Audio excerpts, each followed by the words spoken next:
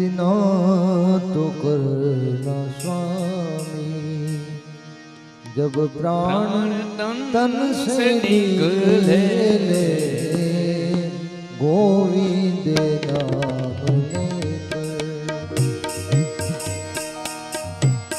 गोविंद नाम लेकर, गोविंद नाम लेकर, जब प्राण तन से निकले इतना तो करना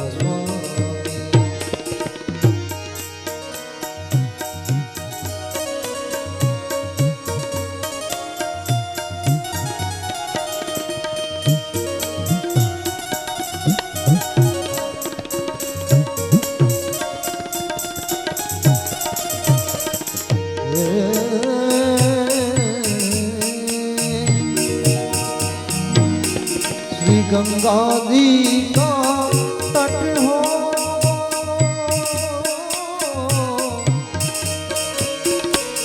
या यमुना जी का मुसीबत हो, मेरा कावड़ा निकट हो, जब प्राण तन से निकले गोविंद नाम।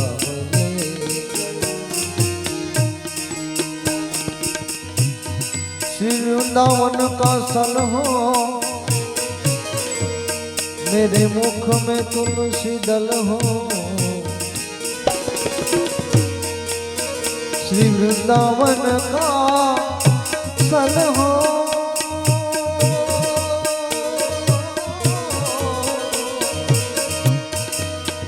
मेरे मुख में तुलसी दल हो, विष्णु चरण का जल हो,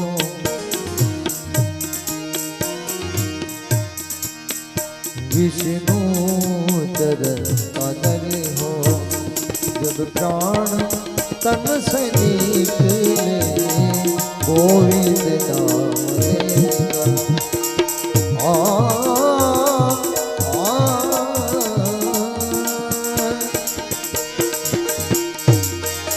उस वक्त जल दिया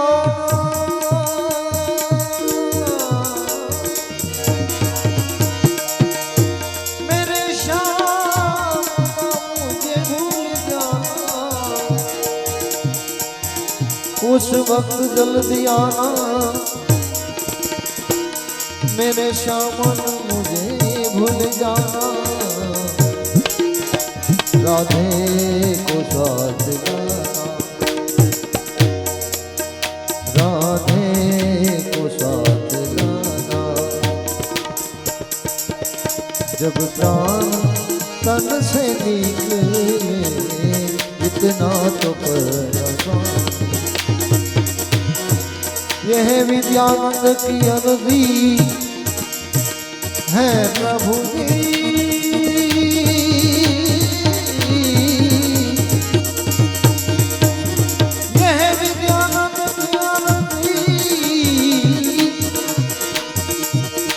खुद गरजती है गरजी, जब आगे तुम्हारी मर्जी, कृष्णा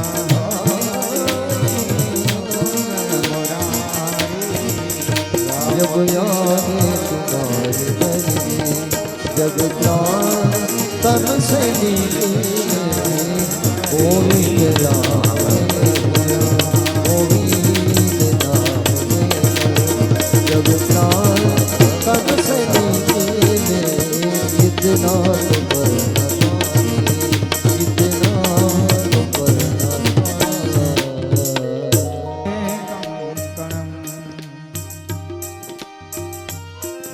सर्वांगे हरिचंदनं सुललितं कंठे च मुक्तावली, गोपाल स्त्री परिवेष्टितो विजयते गोपाल चूड़ामणि, गोपाल चूड़ामणि।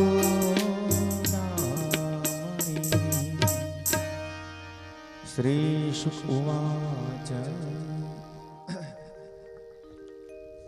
તો ગંગાજીના કિનારા ઉપર સુખદેવજી મહારાજ પરીક્ષિતને કહે કે હે રાજા,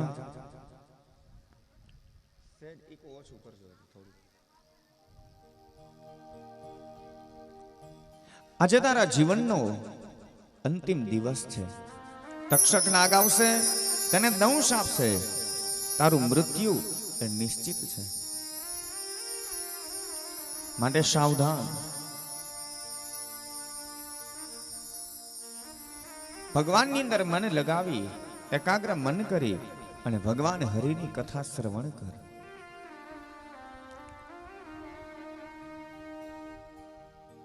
ભગવાન પરમાત્માના લગ્નની કથા કરી. ભગવાન શ્રી હરિ 11 વર્ષ અને 52 દિવસ સુધી ગોકુળની અંદર રહ્યા અને ત્યાર પછી 14 વર્ષ સુધી ભગવાન મથુરામાં રહે છે. એમાં સાંદીપની ઋષિના આશ્રમે વિદ્યાભ્યાસ કરવા માટે જાય છે. વિદ્યાભ્યાસ પૂર્ણ કરી ભગવાન મથુરાની અંદર રહે. ઉદ્ધવજી આવે છે. ઉદ્ધવનું અભિમાન ઓગાળવા માટે ઉદ્ધવજીને ગોકુળની અંદર મોકલે છે. પોતાનો સંદેશો લઈ અને ગોકુળમાં મોકલે. ભગવાન કૃષ્ણ પ્રત્યેનો પ્રેમ જોઈ અને ઉદ્ધવનું જે જ્ઞાન હતું એ જ્ઞાન ઓગળી ગયું. ગોપીઓને જ્ઞાન આપવા માટે ગયા હતા, એના બદલે ગોપીને ગુરુ બનાવી. જ્ઞાન આપવા માટે ગયા હતા, એમના બદલે જ્ઞાન લઈને આવ્યા. ઉદ્ધવજી ભાગવતમાં લખેલું છે, ગોપીઓના ચરણોમાં વંદન કર્યા કે ધન્ય છે ગોપી, હું તમારા ચરણોમાં વંદન કરું. વંદે નંદ વ્રજ સ્ત્રીણામ પાદ રેણુય ભિક્ષણ સહ. કે જ્યાં ભગવાન પરમાત્માની કથાનું સતત ગાયન થાય છે, એવી ગોપીઓના ચરણોની અંદર હું વંદન કરું છું. વંદે નંદ વ્રજ સ્ત્રીણામ પાદ રેણુય ભિક્ષણ સહ યાસામ હરિ કથાયોરોદિતમ પુનાતિ ભુવનત્રયમ. ત્રણેય ભુવનને પાવન કરનારી એવી ભગવાન પરમાત્માની જે કથાનું તમે ગાયન કરો છો ને બાપ, એવી ગોપીઓના ચરણમાં વંદન છે. ઉદ્ધવને જ્ઞાન આપ્યું અને જ્યારે ભગવાને કંસને માર્યો તો કંસની 2 પત્ની હતી. એકનું નામ છે અસ્તિ અને બીજી પત્ની એનું નામ છે પ્રાપ્તિ, જે જરાશંખની દીકરી હતી. ભગવાને કંસને માર્યો એટલે જે જરાશંખની દીકરી હતી અસ્તિ અને પ્રાપ્તિ, એ બંને પિતાની ઘરે જતી રહી. જરાશંખના ઘરે ગઈ છે અને જરાશંખને ખબર પડી કે આ કૃષ્ણએ મારા જમાઈનો વધ કર્યો, કંસને માર્યો છે, એટલે એનો બદલો લેવા માટે જરાશંખે મથુરા ઉપર ચડાઈ કરી. અને એક વખત નહીં 16 વખત મથુરા ઉપર ચડાઈ કરવામાં આવી.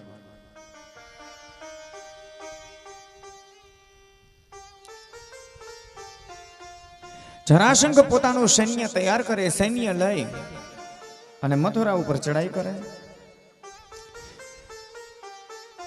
પોતાના સૈન્યના લઈને જરાશંખ આવે એટલે ભગવાન કૃષ્ણ છે એ જરાશંખની સાથે યુદ્ધ કરે. યુદ્ધની અંદર એના સૈન્યનો નાશ કરી નાખે, પણ જરાશંખને જીવતો છોડી દે, એને મારે નહીં. બીજી વખત જરાશંખ આવે તો બીજી વખત પણ એવું કરે ભગવાન, એના સૈન્યનો નાશ કરે પણ જરાશંખને જીવતો છોડે. ત્રીજી વખત, ચોથી વખત, આમ 16 વખત એ ભગવાને યુદ્ધ કર્યું જરાશંખ સાથે. 17મી વખત જરાશંખ આવે છે ત્યારે ભગવાન કૃષ્ણ ને દાઉજી પ્રવર્ષણ પર્વત ઉપર હતા. જરાશંખે ફરતી બાજુએ પર્વતને આગ લગાવી કે આમાં હવે કૃષ્ણ બળીને ભસ્મ થઈ જશે, પણ અગ્નિમાંથી ને પણ દાવાનળમાંથી ભગવાન બચીને નીકળી ગયા. અને એ વાતની જ્યારે જરાશંખને ખબર પડી કે 17મી વખત પણ એ કૃષ્ણ બચી ગયો છે, અને ત્યારે જરાશંખ હવે હિંમત હારી ગયો, નીચે બેસી ગયો કે હવે હું આ કૃષ્ણને ન મારી શકું. અને જ્યાં નીચે બેસી ગયો ત્યાં તો એનું મંત્રીમંડળ હતું. એમણે કહ્યું કે હે જરાશંખ, અત્યાર સુધી તું જીતેલો હતો પણ હવે હારી ગયો, કારણ કે હવે તું મનથી હારી ગયો. ભલે આજે તે 17 વખત કૃષ્ણ ઉપર ચડાઈ કરી પણ છતાંય તું જીતેલો હતો, કારણ કે તું મનથી નતો હારી ગયો. પણ અત્યારે હવે તું આ મનથી હારી ગયો ને એટલે હવે જીતવું અઘરું છે. આમ સુરાતન ચડાવે છે જરાશંખને.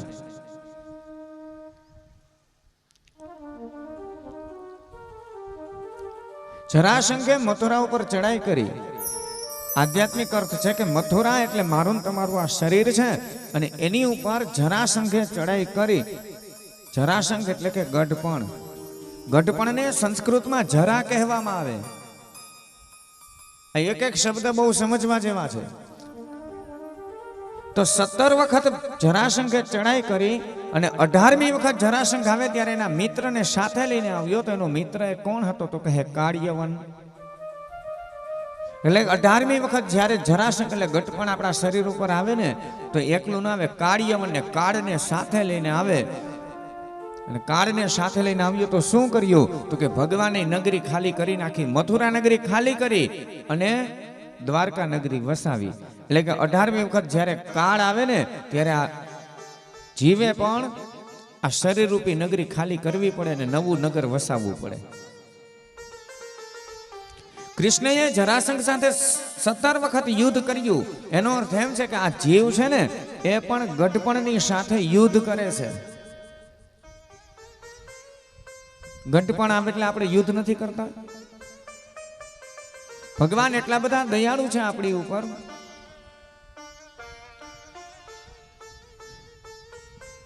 બાળકનો જન્મ થાય ને એટલે જન્મનાર બાળકની હોજરી નાનકડી હોય એટલે ભગવાનને ખબર હોય કે આને અત્યારથી ને દાંત ન અપાય, કારણ કે અત્યારથી દાંત હશે ને તો આ મનસે બધી વસ્તુ જેને તે ખાવા તો એ પચાવી ન શકે. એટલા માટે એની હોજરી કોમળ હોય એટલે ભગવાન ત્યારે દાંત ન આપે. એ બાળક મોટું થાય ને ત્યારે દાંત આવે. આ ભગવાનની કેવી રચના છે. અને પછી જ્યારે જરાસંઘ આવે એટલે શું થાય? ભગવાન આ બધા સંકેત કરે છે કે જીવ તારું કલ્યાણ કર. એટલું જમીન આપણી હોજરી આપણે ઓલી કરી નાખી હોય એટલે ભગવાનને ફરી પાછી દઈ આવે તો મોઢામાંથી દાંત પાડી નાખે. આ ભગવાનના ઘરના સંકેતો છે બધા. આ જરાસંઘ આપણી ઉપર ચડાઈ કરે છે એટલે ભગવાન કૃષ્ણે જરાસંઘની સાથે યુદ્ધ કર્યું. એટલે આ જીવ છે ને એ ગઢપણની સામે યુદ્ધ કરે. ભગવાન મોઢામાં દાંત પાડી નાખે તો આપણે ચોકઠા ફીટ કરી દઈએ. 32 ફીટ કરાવે છે. નહીતર ભગવાનને કઈ આ દાંતની જરૂર નથી, પણ એ તો આપણને સંકેત આપે છે. આ ભગવાનને શું એવું છે કે ભાઈ આ છગનભાઈના દાંત પડી જાય પછી એ દાંત કાઢીને હવે મગનભાઈને ફીટ કરવું, એવું તો ભગવાનને છે નહીં. એને અહીંયા એવી કઈ વ્યવસ્થાની જરૂર નથી. જોતા જોતા ને ક્યાંથી આવ્યા રે, આવ્યા ગઢપણ ના દાડલા.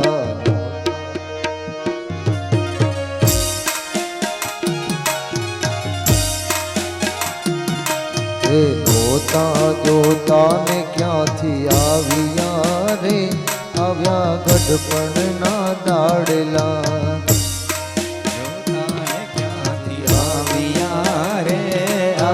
ગઢપણ ના દાડલા 32 વેપારી ગયા હાટડા ઉઠાવી.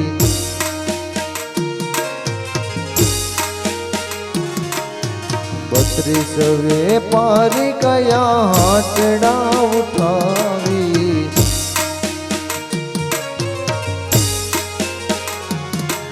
એ કાને કોળે તાળા લગાવ્યા રે, આવ્યા ગઢપણ ના દાડલા. કાને કોળે તાળા લગાવ્યા રે, આવ્યા ગઢપણ ના દાડલા.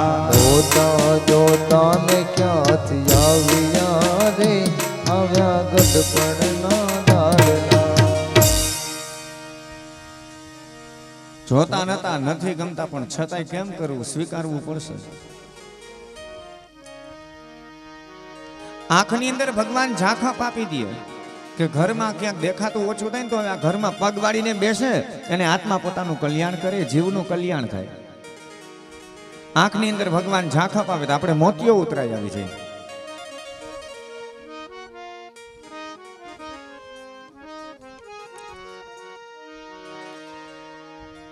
કાને સાંભળતું ભગવાન બંધ કરે મશીન ચડાવી દે. આ જે આપણે કરીએ છીએ ને ક્રિયા, આ જરાસંઘ સામે યુદ્ધ કરીએ છીએ. જેમ ભગવાન કૃષ્ણએ જરાસંઘની સાથે 17 વખત યુદ્ધ કર્યું, એમાં જીવ છે ને એ પણ ભગવાનની સામે યુદ્ધ કરે છે. ભગવાન જે એક એક નોટિસ મોકલે છે ને આ બધી આપણને સૂચનાઓ મળે છે. ઉંમર થાય એટલે પછી વાળ કાળામાંથી સફેદ થઈ જાય. હવે એમને કાળા ભગવાન રહેવા દે તો વાંધો શું, પણ આ જીવને સંકેત મળે છે કે હવે તારા આત્માનું કલ્યાણ કર. આ મોહ અને માયામાંથી જીવ ધીમે ધીમે હવે તારું મન એમાંથી હટાવી લે અને ઈશ્વર તરફ. એટલા માટે પહેલા દિવસની કથા યાદ કરો. આત્મદેવ બ્રાહ્મણ 60 વર્ષની ઉંમર થઈ એટલે બધું છોડી દીધું અને વનની અંદર જતો રહ્યો. ભાગવત શીખવાડે 60 વર્ષ સુધી સંસારમાં રહેવું, પછી બધી જવાબદારી દીકરાને વહુને સોંપી દેવી, બધું છોડી દેવું. કથા આપણને શીખવાડે ને તો જ આપણે ઘરમાં સુખેથી છોડી દેવું. એટલે એવું નથી કે ઘર બહાર છોડીને વયું જવું, બીજે રહેવાનું છે ઘરમાં, પણ પછી જવાબદારી એ દીકરાને વહુ એ જે કરતે બરાબર હોય. પછી એમાં બહુ માથું ન મારવું, થાળીમાં આવે ની ટાઈમે જમી લેવું. મારે આ જ જોઈને, મારે આવું જ જોઈને, એવું પછી બહુ મોહ ન રાખવો. અને એ બધું છોડશો ને તો તમને બહુ સારું સારું મળશે. વ્યાસપીઠ ઉપરથી હું કહું છું.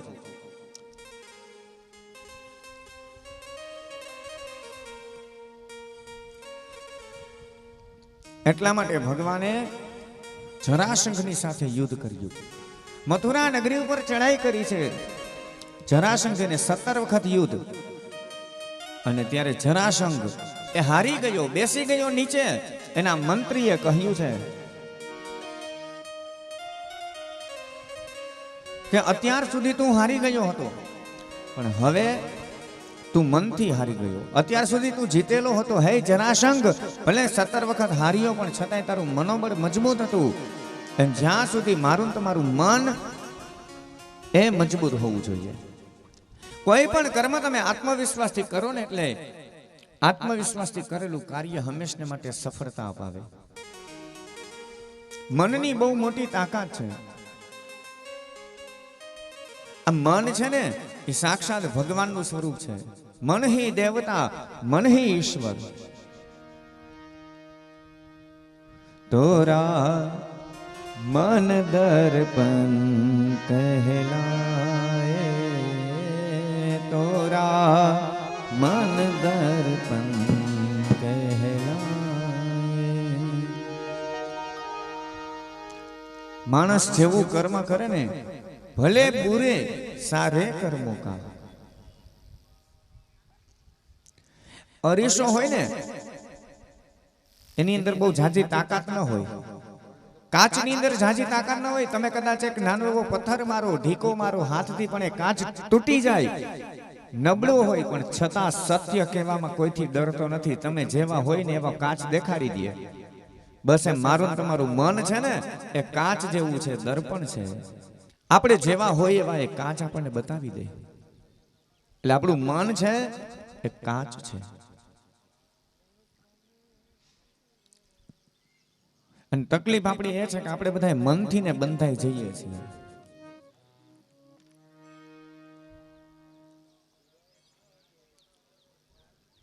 અઢારમી વખત કાળિયવને ચડાઈ કરી. ભગવાને વિચાર કર્યો હવે જરાસંઘ ચડાઈ કરશે તો કાળિયવન જો એની સાથે હશે ને તો કાળિયવનને હું મારી નહીં શકું. વિશ્વકર્મા દાદાને આજ્ઞા કરી કે જાઓ તમે સમુદ્રના કિનારે એક સરસ મજાનું આખું નગર બનાવો. અને વિશ્વકર્માએ એક જ રાત્રિમાં આખું એક સોનાનું નગર બનાવ્યું. ગરુડજીને આજ્ઞા કરી કે મારા મથુરાની અંદર જેટલા યાદવો છે એ બધાને તમે ત્યાં વિશ્વકર્માએ જે નગર બનાવ્યું છે એની અંદર તમે સુવડાવી દો. એમાં ગરુડજી કોઈની નિંદ્રા પણ ન ઉડી એવી રીતના બધાને ત્યાં સુવડાવી દીધા.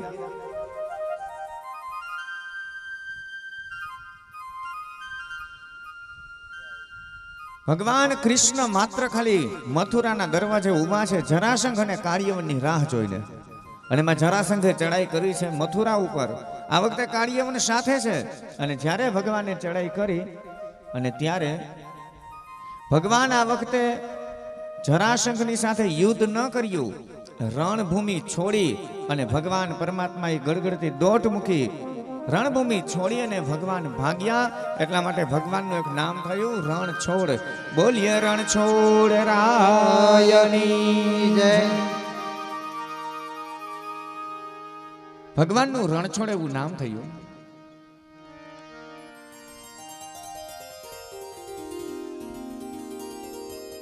ભગવાન ગડગડતી દોટ મૂકી તો કાળિયવન હતો એ ભગવાનની પાછળ દોડ્યો. અને મથુરાથી ભગવાન દોડતા દોડતા આવે છે સૌરાષ્ટ્રમાં, એટલે ગુજરાત, સૌરાષ્ટ્ર અને એમાં પણ જુનાગઢ, કે જ્યાં મુચકુંદ રાજા એક ગુફાની અંદર આરામ કરે, વિશ્રામ કરતા હતા. અને આ મુચકુંદ રાજા દેવ અને દાનવનું જ્યારે યુદ્ધ થયું ત્યારે દેવતાઓને યુદ્ધની અંદર મદદ કરી, દેવતાઓનો વિજય થયો અને દેવતાઓએ મુચકુંદને કહ્યું કે હે મુચકુંદ, પ્રસન્ન થયા છે અમે તારા ઉપર, માગ, તારે જે જોઈએ તે માગી લે. અને મુચકુંદ રાજાએ કહ્યું છે બાપ, પ્રસન્ન થયા હોય ને તો બીજું કંઈ તો નથી જોતું મારે, પણ યુદ્ધની અંદર તમારી મદદ કરીને યુદ્ધ કરી કરીને હું થાકી ગયો છું, મારે વિશ્રામ કરવો છે, મારે આરામ કરવો છે. અને ત્યારે દેવતાઓએ કહ્યું છે કે જાઓ તમે આરામ કરો, અમે આશીર્વાદ આપીએ છીએ કે જે કોઈ તમને પેલાવેલું જગાડશે ને એ તમારી સામે જે કોઈ હશે, આંખ ખુલતાની સાથે તમારા આંખમાંથી ને અગ્નિ પ્રગટ થશે અને અગ્નિની અંદર તમારી સામે જે કોઈ હશે બળીને ભસ્મ થઈ જશે અને બીજી જ ક્ષણે તમને સાક્ષાત ભગવાન પરમાત્માના દર્શન થશે. અને ભગવાન મથુરાથી દોડી અને જુનાગઢ, કે જ્યાં મુચકુંદ રાજા એક ગુફાની અંદર વિશ્રામ કરતા હતા, આરામ કરતા હતા, એ ગુફાની અંદર ભગવાને પ્રવેશ કર્યો. પોતાનું ઉપવસ્ત્ર હતું એ મુચકુંદ રાજાની ઉપર ઓઢાડી દીધું અને ભગવાન એક બાજુમાં ગુફા હતી એમાં અંદર જતા રહ્યા, છુપાઈ ગયા.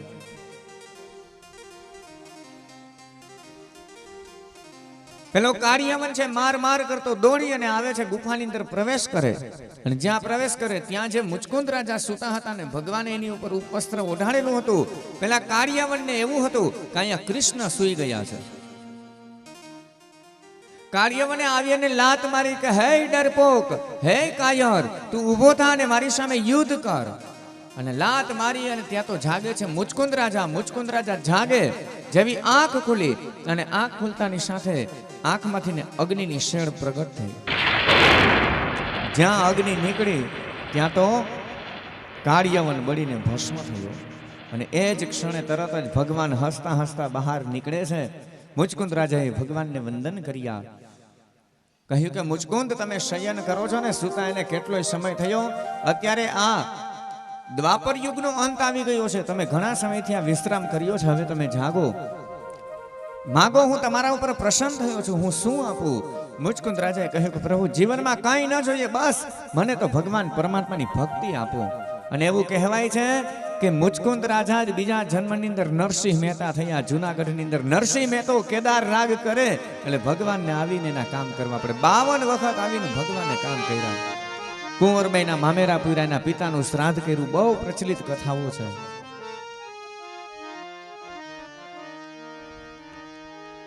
હુંડી સ્વીકારી લે ભગવાનના ભરોસે નરસિંહ મહેતો. ગામના માણસો મસ્કરી કરે, અરે અમારે તો નરસિંહ શેઠ છે, યાત્રાળુ નીકળ્યા તો એની હુંડી સ્વીકારી અને દ્વારકાધીશ, જ્યાં આપણે દ્વારકાનું મંદિર છે ને, બજાર ગોમતીના ઘાટ ઉપર, એમાં સામળસા શેઠનું મંદિર છે.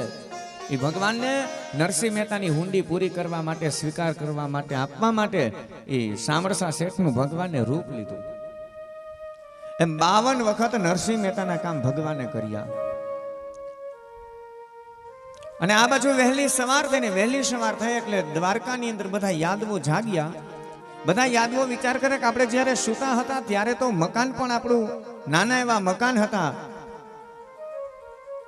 સાવ સામાન્ય આપણા ઢોલિયા અને ખાટલા હતા, પણ આ તો કોઈ સોનાનું નગર છે અને આ તો સોનાના ઢોલિયા આપણે કઈ જગ્યાએ આવી ગયા. બધા દોડી દોડીને બહાર નીકળે, આખું નગર જોવે કે આપણે કઈ નગરીમાં છે, કઈ જગ્યાએ આવ્યા, હજી વાત કરે છે. અને બધા એકબીજા વિચાર કરે, અરે આ નગરનો દરવાજો ક્યાં છે? એ યાદવો મથુરાના માણસો હતા, એમની ભાષામાં બોલ્યા, અરે ઇસ નગરી કા દ્વારકા, એટલે કે આ નગરનો દરવાજો ક્યાં છે? દ્વારકા, એમ બોલ્યા. ને બરાબર ભગવાન ત્યાં પ્રવેશ કર્યો, નગરનો દરવાજો ખોલ્યો ને કહ્યું, હે યાદવો, આ નગરનો દરવાજો અહીંયા છે. ને એ જ ક્ષણે એ નગરનું નામ થયું દ્વારકા અને ભગવાન એના અધિપતિ બન્યા એટલે દ્વારકાધીશ થયા. બોલીએ દ્વારકાધીશ.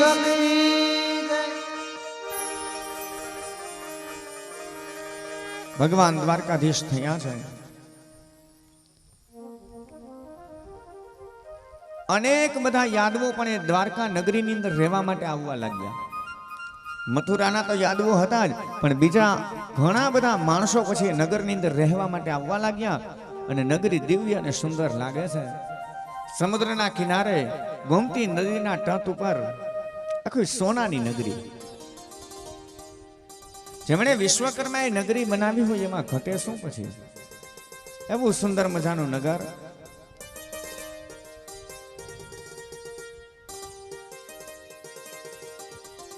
અને ભગવાન પરમાત્મા એક વખત સિંહાસન ઉપર બિરાજમાન છે, સભાની વચ્ચે બિરાજમાન છે. સુધર્મા નામની ભગવાનની સભા હતી કે જે સભાની અંદર ધર્મપૂર્વક ન્યાય આપવામાં આવતો, એવી ભગવાન પરમાત્માની સભાનું નામ છે સુધર્મા. જ્યાં કોઈ અધર્મ ન આવે, સુધર્મા નામની સભા છે. ભગવાન બિરાજમાન છે અને એમાં એક બ્રાહ્મણ પત્ર લઈને આવે. કઈ જગ્યાએથી? તો કે કુંડિનપુરથી. કુંડિનપુરના મહારાજા ભીષ્મક, એમની દીકરી રૂક્ષ્મણી. એ રૂક્ષ્મણીજીનો પત્ર છે.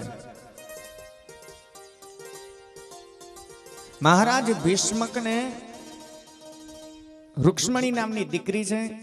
પછી રૂકમયો, રૂકમી રથ, રૂકમી કેશ, રૂકમી બાહુ, આ બધા દીકરા છે.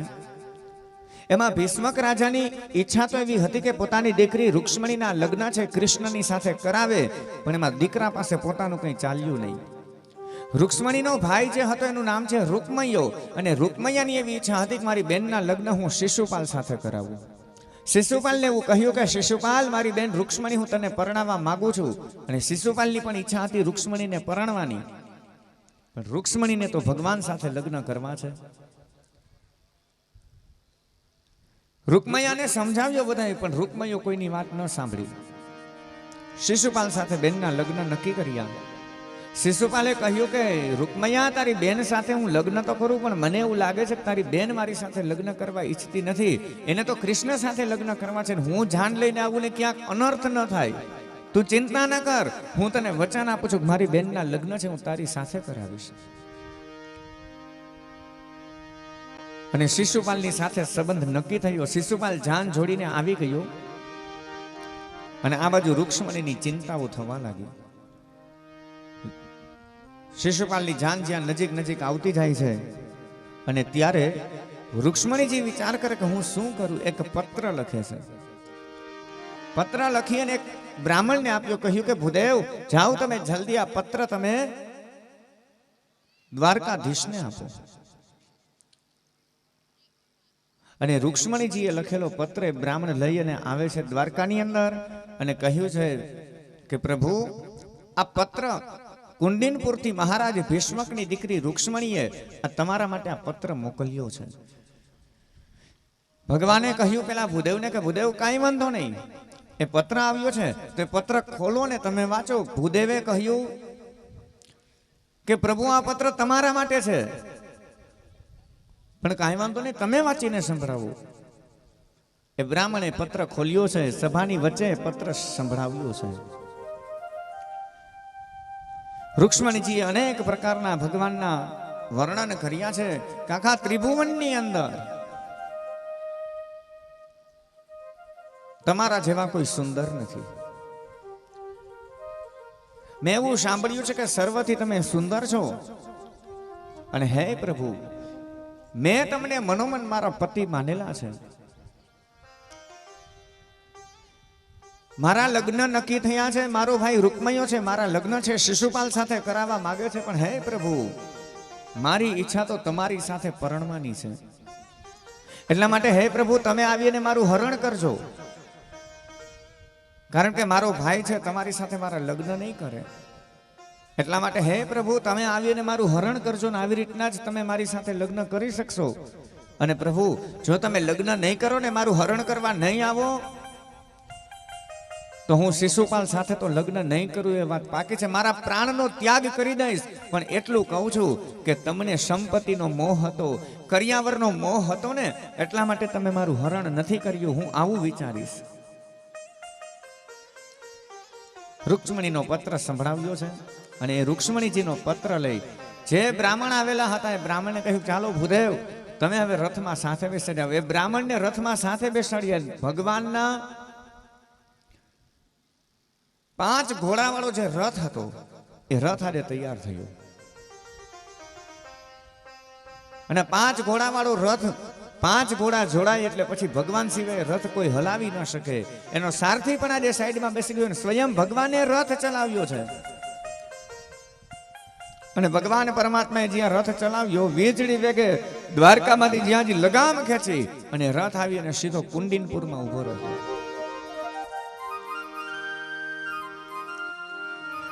કુંડિનપુરમાં આવી અને રથ ઉભો છે. બ્રાહ્મણને સમાચાર મોકલ્યા, જાઓ રૂક્ષ્મણીને કહેજો કે ભગવાન આવી ગયા છે અને તમારું હરણ કરશે. અને રૂક્ષ્મણીએ પત્રમાં કહી દીધેલું હતું કે પ્રભુ, અમારી જ્ઞાતિની અંદર એવો રિવાજ છે કે જે દીકરીના લગ્ન હોય એ માતાજીના દર્શન કરવા માટે જાય છે. અને હું જ્યારે મારા કુળદેવીના આશીર્વાદ લેવા માટે મંદિરે જાઉં, માતાજીના દર્શન કરીને જ્યારે હું બહાર નીકળું ને, ત્યારે ત્યાં બીજા કોઈ પુરુષ પણ સાથે નહીં હોય. ત્યાંથી આવીને તમે મારું હરણ કરજો. રૂક્ષ્મણીએ બધો રસ્તો બતાવ્યો હતો અને ભગવાન એ પ્રમાણે આવીને ઊભા રહ્યા. બ્રાહ્મણ જઈને રૂક્ષ્મણીજીને સંદેશો આપે છે કે રૂક્ષ્મણીને કહ્યું કે ભગવાને તમારો સંદેશો સાંભળી લીધો છે, ભગવાન તમારું હરણ કરશે. એટલું જ નહીં, ભગવાન આવી પણ ગયા છે. જ્યારે તમે માતાજીના દર્શન કરવા માટે જાશો ને, ત્યારે ભગવાન તમારું હરણ કરશે. ને રૂક્ષ્મણીજી બહુ આનંદ થયા, બહુ પ્રસન્ન થયા. વિચાર કર્યો કે આ બ્રાહ્મણને મારે કંઈક દક્ષિણા આપવી જોઈએ. ખૂબ દક્ષિણા આપી, એટલી સંપત્તિ આપી, સોનામોર આપી, હીરા માણેક મોતી, ખૂબ સંપત્તિ આપી, વસ્ત્રદાન, અનાજના દાન, કે જેને મને ભગવાન કૃષ્ણ લઈ આવી આપ્યા. એમ અનેક દાન કરતા જાય છે. પણ છતાંય રૂક્ષ્મણીને એમ થાય છે કે જેણે સાક્ષાત દ્વારકાધીશ મને અપાવી દીધા હોય એના માટે હું આ જેટલું આપું છે બધું ઓછું છે. અને છેલ્લે રૂક્ષ્મણીજી પોતે દોડી અને બ્રાહ્મણના ચરણમાં પડી ગયા. એટલા માટે આપણે બ્રાહ્મણોના ચરણમાં, નહીતર પૈસાને પગ અડે ને તોય આપણને તરત જ એમ થાય કે પગે લાગી લઈએ, દોષ લાગે.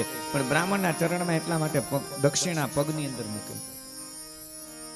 બ્રાહ્મણોના ચરણની અંદર બ્રાહ્મણના દીકરાને પગે લાગો ને, બ્રાહ્મણા નામ જંગમમ તીર્થ, 68 પ્રકારના તીર્થનો વાસ એ બ્રાહ્મણના જમણા પગના અંગૂઠાની અંદર છે. આ બ્રાહ્મણને આપણે ખાલી પગે લાગીએ છીએ એટલે બ્રાહ્મણનું શરીર છે એટલે ખાલી સામાન્ય નહીં કે પગે લાગીએ એમ નહીં. બ્રાહ્મણોના જમણા પગના અંગૂઠાની અંદર 68 પ્રકારના તીર્થનો વાસ, આવું શાસ્ત્ર કહે.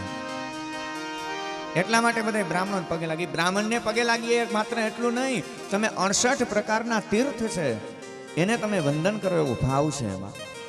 એટલે આમ પગે લાગી અને આપણે માથે હાથ ચડાવીએ. 68 પ્રકારના તીર્થમાં સ્નાન કરવા જવાય કે ન જવાય, એટલા માટે હાલતું ચાલતું તીર્થ હોય ને તો એ બ્રાહ્મણ કીધા.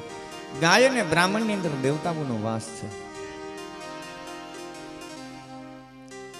ગાયની અંદર જેમ 33 કોટી દેવતાઓનો વાસ છે, એમ બ્રાહ્મણના શરીરમાં પણ બધા દેવ અને તીર્થનો વાસ થાય છે. અને એટલા માટે આજે રૂક્ષ્મણીએ બ્રાહ્મણનું પૂજન કર્યું, ખૂબ સંપત્તિ આપી.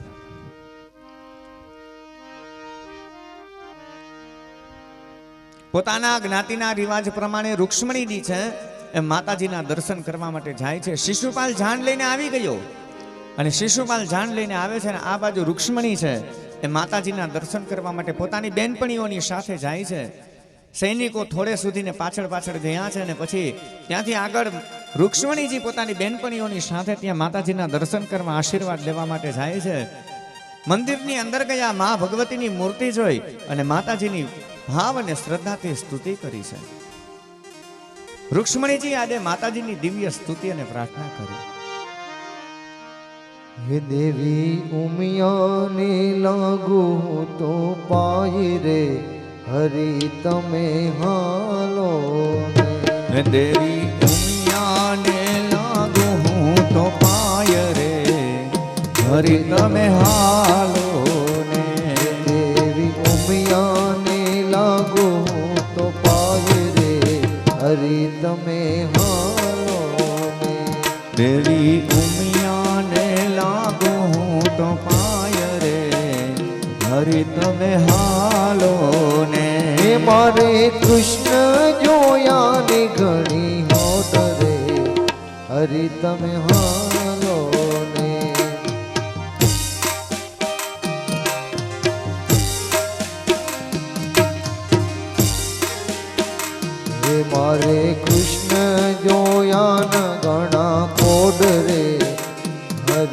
તમે હાલો ને.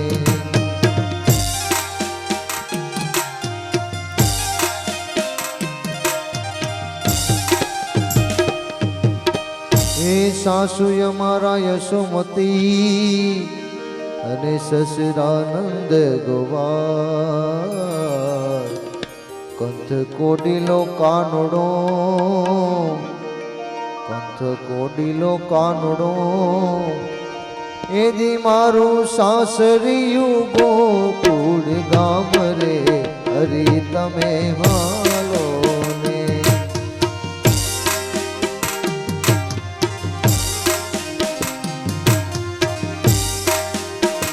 એ મારું સાસરિયું ગોકુળ ગામ રે, હરી તમે હાલો ને. એ મારે કૃષ્ણ જોયાના ઘણા કોડ રે, હરી તમે હાલો. માતાજીની સ્તુતિ કરે છે રૂક્ષ્મણીજી. માતાજીની મૂર્તિ ઉપરથી ને પુષ્પ પડે છે, શુભ સંકેત કહ્યો છે.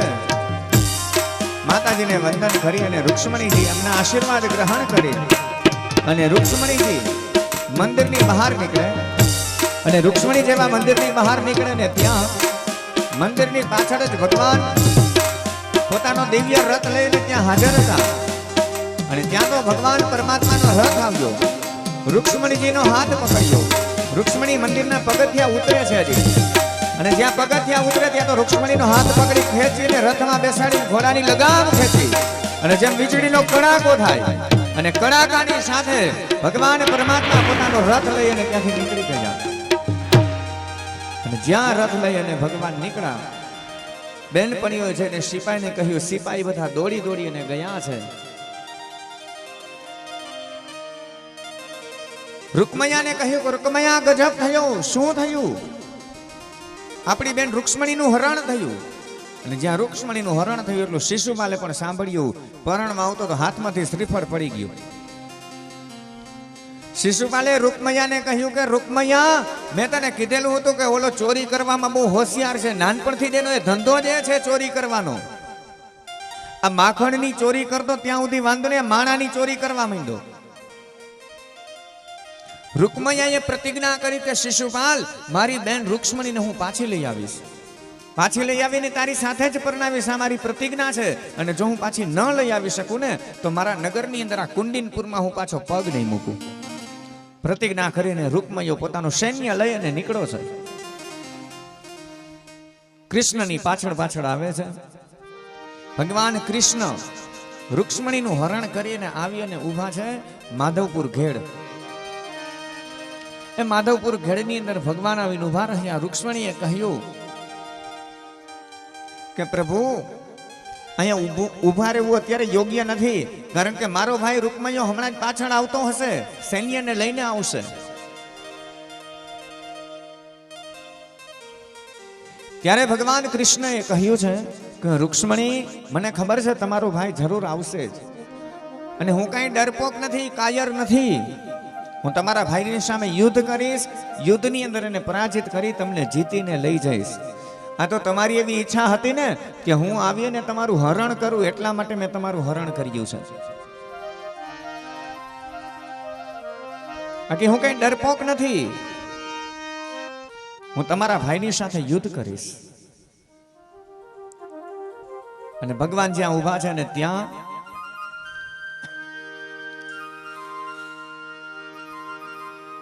રૂકમૈયો પોતાના સૈન્યને લઈને આવે છે. ભગવાન કૃષ્ણ અને રૂકમૈયાનું ભીષણ યુદ્ધ થયું માધવપુર ખેડની અંદર. અને ભીષણ યુદ્ધ થયું ને એમાં રૂકમૈયો છે એના સૈન્યનો નાશ કર્યો ભગવાને. અને ભગવાન કૃષ્ણ જ્યાં રૂકમૈયાને મારવા માટે જાય ત્યાં તો ગમે એમ તો બેન છે ને રૂક્ષ્મણીએ હાથે પકડી લીધો. ભગવાનને કહે કે પ્રભુ, આને તમે મારશો નહીં, કારણ કે ગમે એમ તો અમારો ભાઈ છે, આને તમે મારતા નહીં. અને આમે આપણા લગ્ન પણ હજી બાકી છે, અને ભાઈ વગર જવતલ કોણ હોમશે? ભગવાન કૃષ્ણે ત્યારે રૂકમૈયાને કેદ કર્યો છે, બાંધી લીધો છે. રૂકમૈયાને ભગવાને માર્યો નહીં પણ કદરૂપો કરી નાખ્યો. માથાના વાળ ઉતરાવી નાખ્યા, આવું ભાગવતમાં વર્ણન છે. અડધી દાઢી કરાવી નાખી, કદરૂપો કર્યો છે. કેદ કરીને રાખ્યો છે. ભગવાન કૃષ્ણ અને રૂક્ષ્મણીના ત્યારે લગ્ન પણ થાય છે ત્યાં. અને પછી રૂકમૈયાએ પ્રતિજ્ઞા કરી હતી કે મારા નગરની અંદર હું પાછો પગ નહીં મૂકું, એટલા માટે પોતે પોતાના નગરમાં કુંડિનપુર ન ગયો. એમણે બીજું નવું નગર વસાવ્યું, ભોજકટ નામનું નવું નગર વસાવ્યું. અને રૂકમૈયો પછી ભોજકટમાં રહેવા લાગ્યો. અને અહીંયા માધવપુરના બધા માણસો ભેગા થયા, રૂક્ષ્મણીજીને પોતાની દીકરી બનાવી. અને રૂક્ષ્મણીને પોતાની દીકરી બનાવીને માધવપુરના માણસોએ બધાએ એનું કન્યાદાન કર્યું. દ્વારકા સમાચાર મળે ત્યાં તો દ્વારકાથી સરસ મજાની જાન આવે છે. માધવપુર વાસીઓએ બધાએ જાનનું સ્વાગત કર્યું છે. અને માધવપુરની અંદર ભગવાન કૃષ્ણ અને રૂક્ષ્મણીના ધામે ધૂમેથી ને ત્યાં પછી વિવાહ સંપન્ન થયા.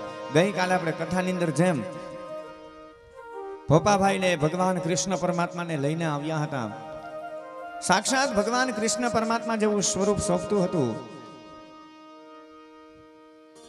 રૂક્ષ્મણીજી સ્વરૂપ માલીબેન પણ એ રૂક્ષ્મણીજીને ધારણ કરીને બેઠા હતા.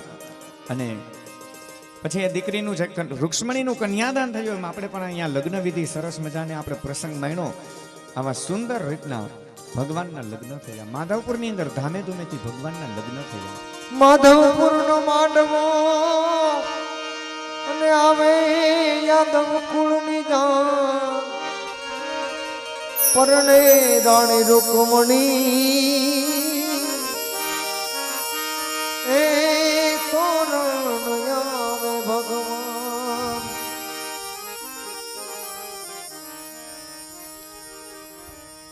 માધવપુરની અંદર ભગવાનના વિવાહ બધાને એટલો બધો આનંદ થયો છે. અને થાય જ ને, આપણે કથાની અંદર જો ભગવાનના સ્વરૂપને પરણાવતા હોય ને આનંદ હોય.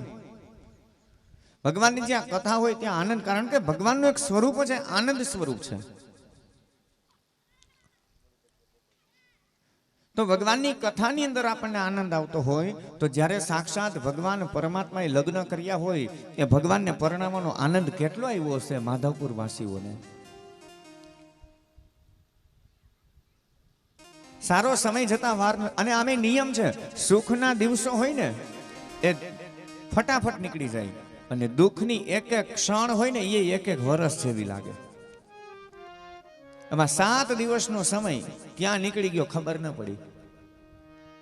એમ હતું કે આપણે અહીંયા લાખા બાવળમાં વાછરા દાદાના મંદિરે આપણે કથા બેસવાની છે, કથા બેસવાની છે. આ કથા બેસીને ઊભી થઈ જશે આજે, લ્યો વાર લાગી ગઈ. ક્યાં સમય જતો રહે ખબર ન પડે. અને મારા ભોપાભાઈ તો એટલા બધા આનંદી છે, પણ એના ઘરેથી માલીબેન છે ને એ પણ એટલા બધા ભક્તિભાવ વાળા. ભોપાભાઈ લેર કરતા હોય ને તો ખરેખર માલીબેન ના હિસાબે, કારણ કે એને પણ ભગવાનમાં એટલો બધો ભાવ છે, પ્રેમ છે. મેં કીધું ને ગઈકાલે માલીબેન, મેં કીધું લ્યો કથા તો હમણાં પૂરી થઈ જશે એ કે તમારા જજમાનને કયો પાછા હાથની વધારી દે, જરાય નબળી વાત નહીં. કેમ પણ એને પણ એટલો બધો આનંદ છે. અને ત્યારે જ આવા એની ઘરે આવા પ્રસંગો થાય. બાપ કથામાં કહ્યું ને કે ગાડાના 2 પૈડા સરખા હોય ને તો એ ગાડું બરાબર હાલે. એટલે આના ભગવાને જો 2 પૈડા હરખા કરી દીધા છે.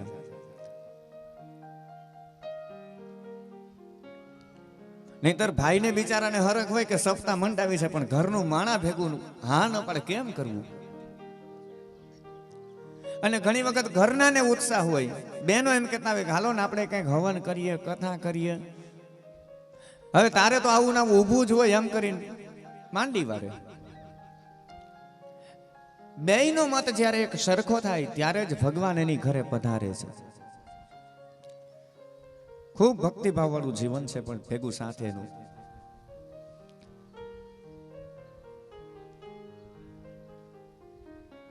તો એટલો બધો બધાને આનંદ થયો છે. જેમ આપણે ગઈકાલે કથાની અંદર આનંદ કર્યો, ભગવાનને પરણાવ્યા, માધવપુરની અંદર આનંદ થાય છે. ભગવાન પરણે છે, રૂક્ષ્મણીને લઈ અને ભગવાન આવે છે દ્વારકાની અંદર. કૃષ્ણ અને રૂક્ષ્મણી ભગવાન રહેવા લાગ્યા. સમય વ્યતીત થયો અને સમય જતા ભગવાન કૃષ્ણ અને રૂક્ષ્મણી એમને ત્યાં એક દીકરાનો જન્મ થાય છે. એ દીકરાનું નામ છે પ્રદ્યુમ્ન. એ પ્રદ્યુમ્ન મહારાજનો જન્મ થયો. અને આ પ્રદ્યુમ્ન મહારાજ એટલે કોણ? પૂર્વ જન્મના કામદેવ. કામદેવ અને કૃષ્ણનું જ્યારે યુદ્ધ થયું ત્યારે કામદેવ જે હારી ગયો હતો, આજે એ શરત પ્રમાણે શરત હતી કે જે હારે એના દીકરા થાય, એટલા માટે કામદેવ આજે કૃષ્ણને ત્યાં દીકરો બનીને આવ્યા છે. અને એ વખતે ત્યારે એક રાક્ષસ હતો, એનું નામ છે શંબરાસુર. અને શંબરાસુર એમને એવો આશીર્વાદ હતો, એવું વરદાન હતું કે કૃષ્ણના દીકરાથી એનું મૃત્યુ થાય. અને આ શંબરાસુરને ખબર પડી કે કૃષ્ણને ત્યાં દીકરાનો જન્મ થયો છે, ને એ સમયે શંબરાસુર આવી અને પ્રદ્યુમ્ન મહારાજનું હરણ કરી ગયો. પ્રદ્યુમ્નને લઈ અને દરિયાની અંદર ફેંકી દીધો. એ પ્રદ્યુમ્ન મહારાજને એક માછલી ગળી જાય છે. માછીમારના હાથમાં માછલી આવી, બહુ મોટી માછલી હતી. વિચાર કર્યો, લે આવડી મોટી માછલી હું મારા રાજાને ભેટમાં આપું. એટલા માટે પેલો માછીમાર હતો, માછલી લઈ અને એનો રાજા હતો એને આપે છે.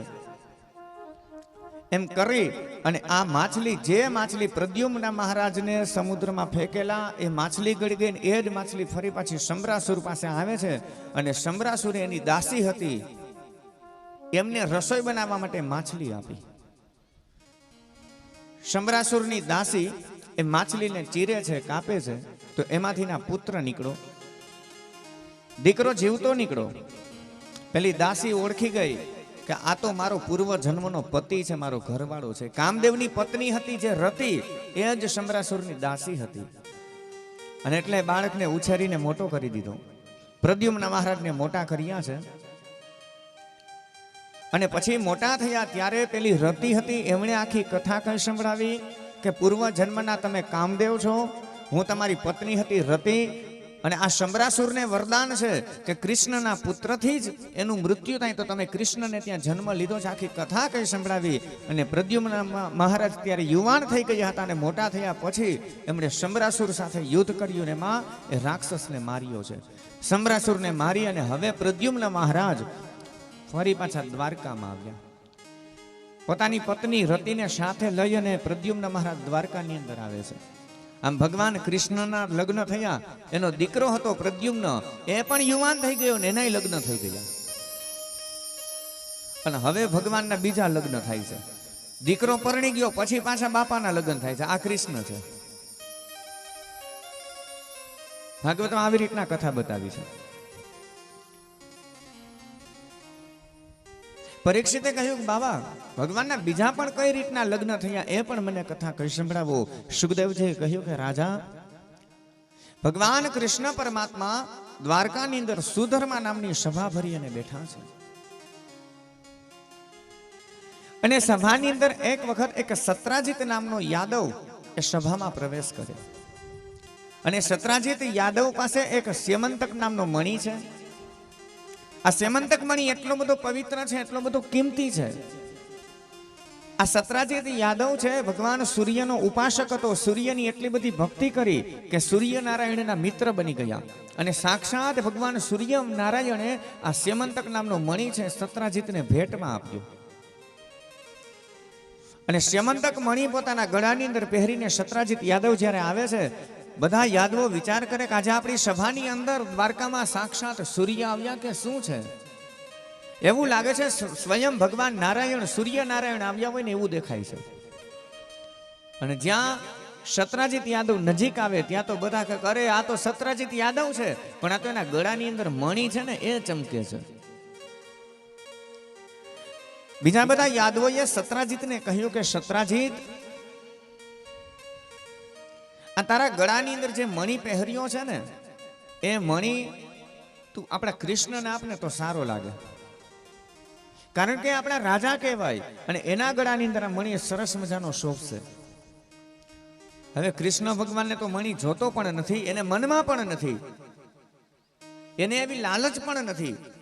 પણ યાદવોએ કૃષ્ણના બદલે યાદવોએ માગણી કરી. સત્રાજીતે એવો વિચાર કર્યો કે આ મણી કૃષ્ણને જોઈ છે, પણ એ મારી પાસે માગી નથી શકતા, એટલે એના માણસો દ્વારા એના મણી મારી પાસે મગાવ્યો છે. સત્રાજીતના વાત ગમી નહીં, સભા છોડી અને ત્યાંથી ને નીકળી ગયો. આવે છે પોતાની ઘરે. હવે સત્રાજીત જ્યારે ઘરે આવે તો એનો ભાઈ હતો, નાનકડો ભાઈ, એનું નામ છે પ્રસેનજીત. એ પ્રસેનજીતે કહ્યું છે મોટા ભાઈને કે મોટા ભાઈ, આ મણી તમે મને પહેરવા માટે આપો ને. પ્રસન્નજીતે મણિ ગળાની અંદર પહેર્યો, શિકાર કરવા માટે જંગલની અંદર જાય છે. જંગલમાં ખૂબ દૂર નીકળી ગયા પ્રસન્નજીત, અને એમાં એક સિંહ મળે છે ને સિંહે પ્રસન્નજીતને મારી નાખ્યો. પ્રસન્નજીતને મારી અને પેલો સિંહ હતો ને મણીને લઈ અને આગળ જંગલમાં જવા લાગ્યો. તો ત્યાં આગળ જાય તો એક રીંછ મળે છે. સિંહ અને રીંછનું બંનેનું યુદ્ધ થયું. એમાં રીંછે સિંહને મારી નાખ્યો અને પેલો રીંછ હતો ને મણી લઈ અને પોતાની ગુફાની અંદર જતો રહ્યો. અને આ બાજુ ઘણો બધો સમય થયો, છતાંય પોતાનો નાનો ભાઈ પ્રસન્નજીત પાછો આવ્યો નહીં. અને પ્રસન્નજીત ન આવ્યો એટલે સત્રાજીતે એવો વિચાર કર્યો કે નક્કી મારો નાનકડો ભાઈ પ્રસન્નજીત ઓલો મણી પહેરી અને ફરવા માટે ગયો હતો, અને કૃષ્ણએ મણી માટે મારા ભાઈને મારી નાખ્યો.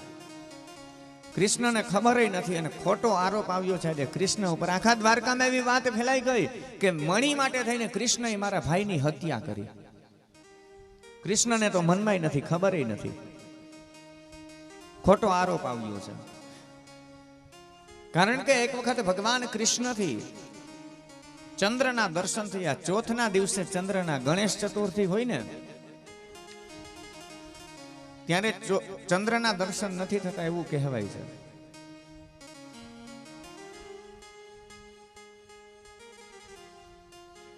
ગણપતિ દાદા એક વખત નીકળ્યા ને એટલે ગણપતિનું સ્વરૂપ જોઈએ ને ચંદ્ર દાંત કાઢવા લાગ્યો, હસે છે.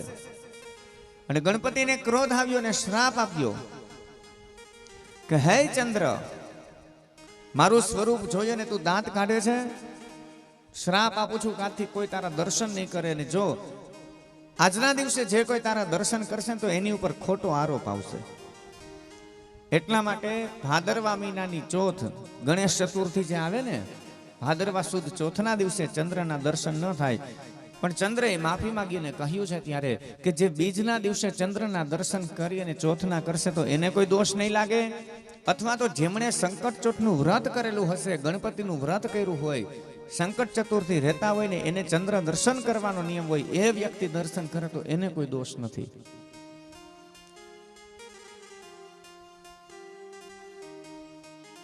તો એમાં એક વખત ભગવાન કૃષ્ણથી ચંદ્રના દર્શન થયા હશે અને એમાં આજે આ ખોટો આરોપ આવ્યો.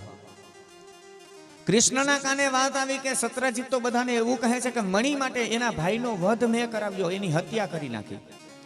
અને ત્યારે કૃષ્ણએ સુધર્મા નામની સભા છોડી દીધી. જ્યાં સુધી પોતે આ મણીનો આરોપ દૂર ન કર્યો ત્યાં સુધી ભગવાન પોતે સભાની અંદર ક્યારેય પગ નથી મૂક્યો. નિયમ ભગવાન કહે કે મને લાગુ પડે. અત્યારના સમય પ્રમાણે નહીં. અત્યારે આપણે લાગવો ગયો એટલે કામ ફટાફટ થાય. નિયમો બધા પ્રજાઓ માટે.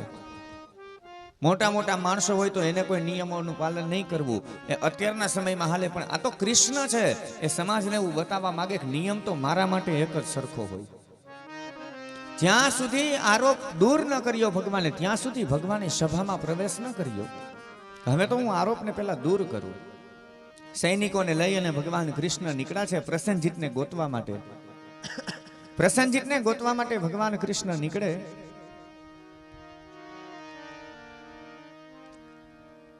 આગળ જાય છે દૂર જંગલની અંદર.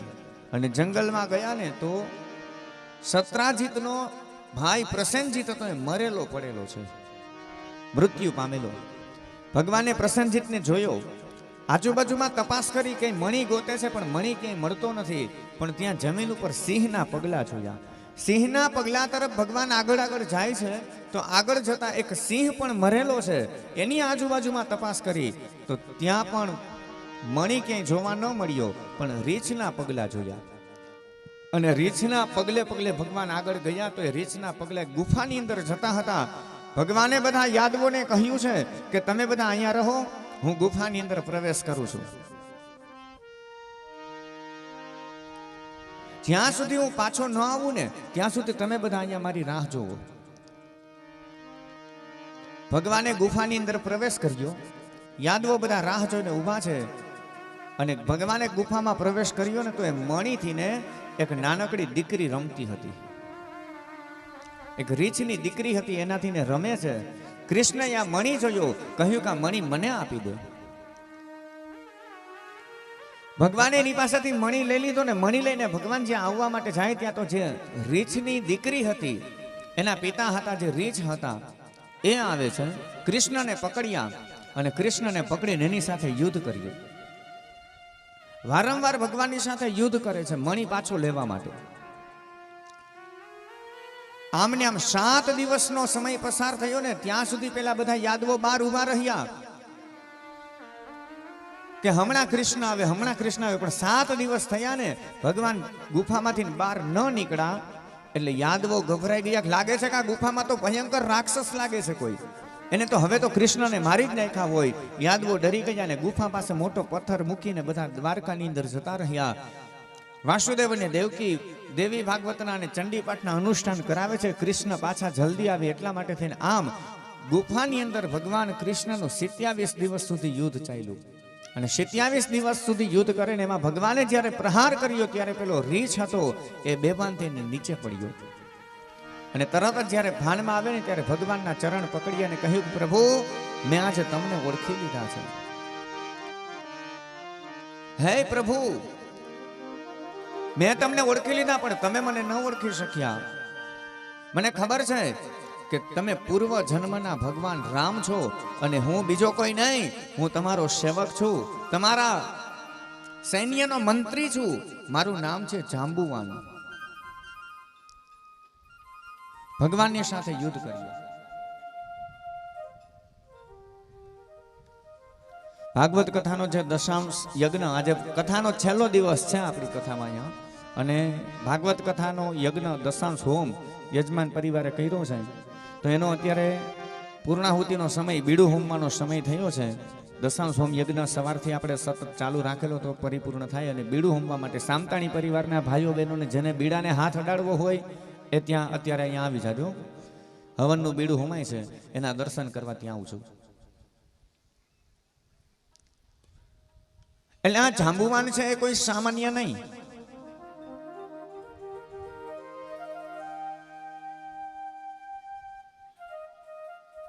ભગવાન રામ અને રાવણનું યુદ્ધ થયું.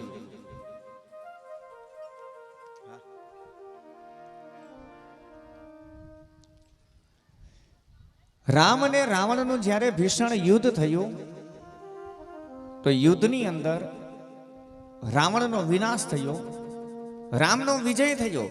અને બધા પાછા અયોધ્યાની અંદર આવે છે અને અયોધ્યામાં આવીને બધા વાતો કરે છે. એકાબીજા બધા વાંદરાઓ વાતો કરે. સુગ્રીવ કહે કે મેં તો આટલા આટલા પરાક્રમ કર્યા. હનુમાનજી કહે કે મેં તો આવું આવું મારું પ્રદર્શન બતાવ્યું, આટલું આટલું કામ કર્યું. અંગદ કહે કે મેં આટલા રાવણની સૈન્યના જેટલા સૈનિકો હતા એ બધાને મારી નાખ્યા. કોઈ કહે મેં આ કામ કર્યું, કોઈ કહે આ કામ કર્યું. બધાએ કંઈક ને કંઈક પોતાના પરાક્રમનું વર્ણન કર્યું. ત્યારે ભગવાન રામે કહ્યું જાંબુવાનને કે જાંબુવાન, આ બધાએ પોતપોતાના પરાક્રમનું વર્ણન કરે છે પણ તમે કેમ મૂંગા બેઠા છો? તમે કંઈ કર્યું છે કે નહીં? અને ત્યારે જાંબુવાનના શબ્દ હતા કે પ્રભુ, મારા બળને તમે જેમ તેમ ન સમજતા. હું એટલો બધો બળવાન છું કે મારી સામે યુદ્ધ કરી શકે ને એવો રાવણની સૈન્યની અંદર કોઈ સામે એવો સુરવીર નતો. મારી સામે યુદ્ધ કરી શકે એવો એકમાત્ર સુરવીર હતો, એ રાવણ હતો. અને જો રાવણને હું મારી નાખું તો તમે કોને મારો? એ જસ મને મળી જાય.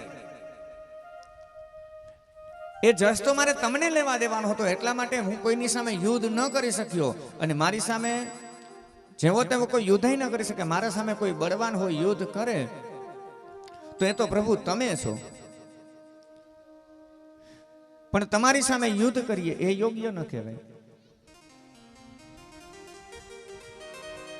અને મારી એવી ઈચ્છા છે કે મારે મારું પરાક્રમ બતાવવું છે ને યુદ્ધ કરવું છે. એટલે ભગવાન રામે કહ્યું છે કે હવે આ વખતે તો તમે મારા પક્ષમાં છો ને મારા સૈન્યમાં તમે છો ને આપણે સાથે છીએ.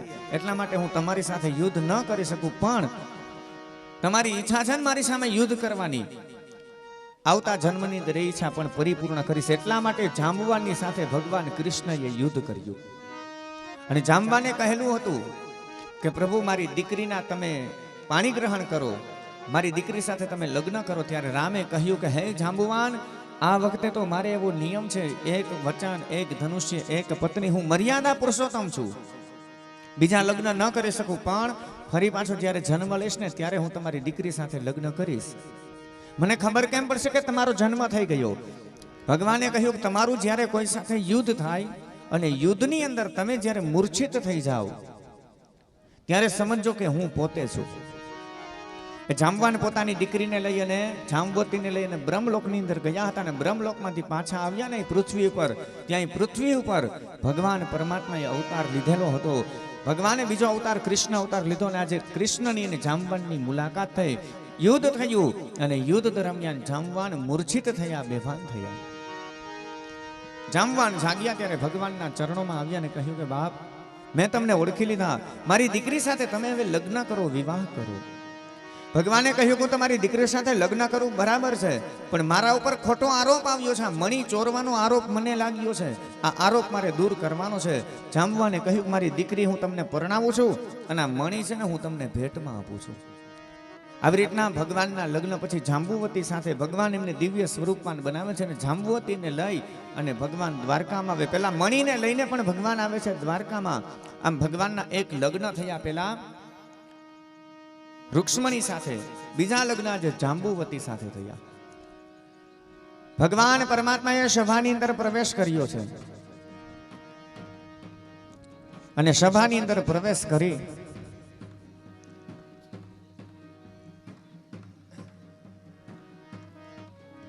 જે ભગવાનની ઉપર આરોપ આવેલો હતો એ આરોપ આજે દૂર કર્યો. એ મારું ને તમારું આ જે જીવન છે ને બાપ,